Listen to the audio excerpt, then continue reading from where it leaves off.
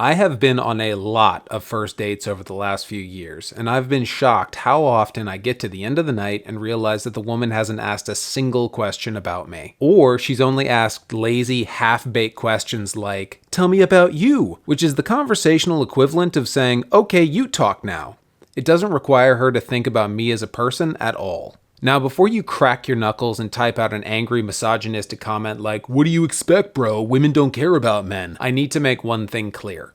This is not a gender issue. This is a people issue. A cursory glance at Google reveals multiple articles with women frustrated that guys on dates will often talk about themselves for hours, then expect sex at the end of the night. And I've hung out with men and women who only talk about themselves, then want to hang again later. This isn't how conversation is supposed to be. According to one Harvard study, a normal conversation between two people should break into roughly 3 parts. Around 33% should be about person A, 33% should be about person B, and roughly 33% should cover other topics. However, this isn't what I'm experiencing anymore. More and more, it feels like conversations are just two people trying to take up as much air as possible. Now, I have a theory about why this is the case. The same Harvard study quoted research that said roughly 80% of the content on social media is just people posting comments on their personal experiences. Almost the entirety of social media is us witnessing people pontificating and us not asking questions. Is there any wonder that we're starting to replicate this experience in real life?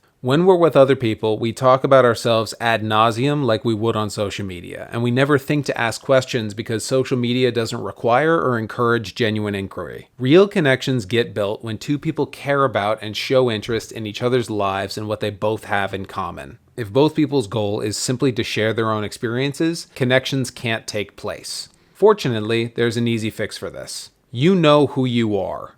Regardless of how the date ends, you will have yourself. Worry less about how you're perceived. Instead, when you go on a date or in another social interaction, set the goal of finding things you like about the other person outside of sexual or romantic attraction. What about their personalities, hobbies, and worldview do you find cool and interesting? What do you like and enjoy about them? Pay attention to the rule of thirds for conversation. If your triangle is way bigger than the other two, it's a sign that you need to step back and start asking more questions of the other person. Now, if you're trying to learn about the other person and they are only thinking of themselves, there probably isn't going to be a connection. But if both of you are trying to learn and care about the other, there is a way better chance you will build the connection you want.